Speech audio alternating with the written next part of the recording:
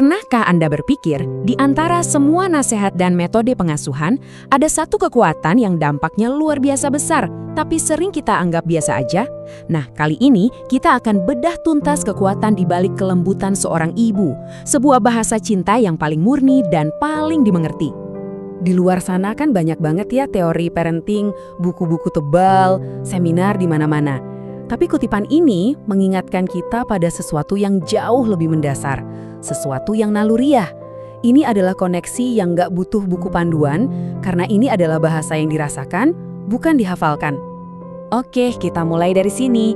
Mari kita lihat kelembutan itu bukan cuma sekedar sikap, tapi bayangkan ini sebagai bahasa pertama yang dipelajari seorang anak, bahasa yang langsung ngomongin soal cinta, rasa aman, dan penerimaan tanpa syarat. Coba deh kita bayangin, jauh sebelum seorang anak ngerti apa artinya aku sayang kamu, mereka itu udah merasakan artinya. Lewat apa? Ya lewat sentuhan lembut, tatapan yang hangat, atau nada suara yang menenangkan. Inilah komunikasi pertama yang membentuk cara mereka melihat dunia. Apakah dunia ini tempat yang aman dan penuh kasih, atau sebaliknya? Nah, gimana sih bentuk nyata dari bahasa ini? Yuk kita fokus ke satu hal yang kelihatannya sederhana, tapi efeknya hampir ajaib. Kita akan bahas kekuatan sebuah pelukan. Coba deh renungkan sejenak. Di saat anak lagi nangis, takut, atau kesakitan, sebuah pelukan dari Anda bisa langsung jadi pusat ketenangan. Ini adalah kemampuan yang super unik untuk memberikan rasa nyaman dan aman secara instan, yang nggak bisa digantikan oleh apapun. Wow, ini dalam banget ya. Kalimat ini seolah-olah bilang kalau kekuatan dalam pelukan seorang ibu itu sesuatu yang sangat spesial.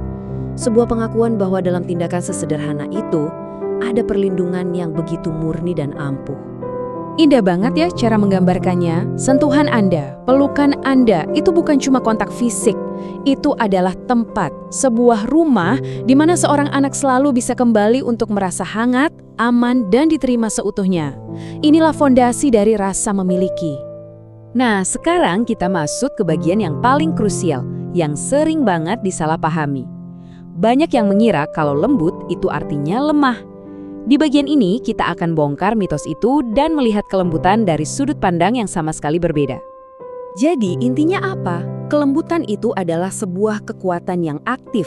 Ini bukan tentang jadi pasif atau nggak tegas, tapi tentang memilih untuk merespons dengan kesabaran, empati, dan cinta.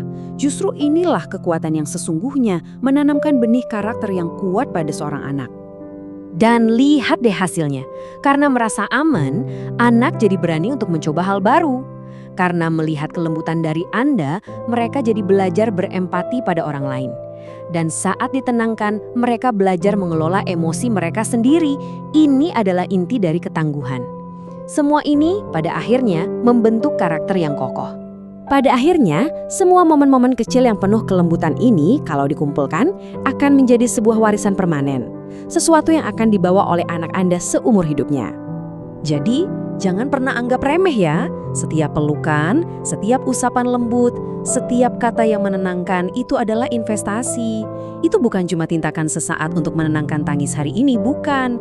Itu ibarat kita lagi menyusun bata demi bata untuk membangun fondasi kepribadiannya di masa depan.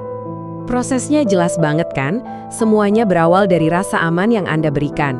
Dari situlah, anak belajar bagaimana cara memberi dan menerima cinta. Dan hasilnya, terbentuklah individu dengan masa depan yang kuat dan penuh empati. Ini adalah efek domino yang dimulai dari Anda. Ini adalah pengingat yang indah untuk kita semua. Kekuatan terbesar Anda ada pada tindakan-tindakan cinta yang kelihatannya sederhana. Dampaknya nggak akan pernah pudar. Ia akan terukir dalam ingatan dan jiwa anak Anda selamanya. Dan sebagai penutup, ini pertanyaan untuk kita renungkan bersama. Setiap hari, melalui setiap sentuhan dan kata-kata lembut, Anda sebenarnya sedang menulis sebuah warisan. Jadi pertanyaannya adalah, warisan cinta seperti apa yang ingin Anda tinggalkan untuk mereka?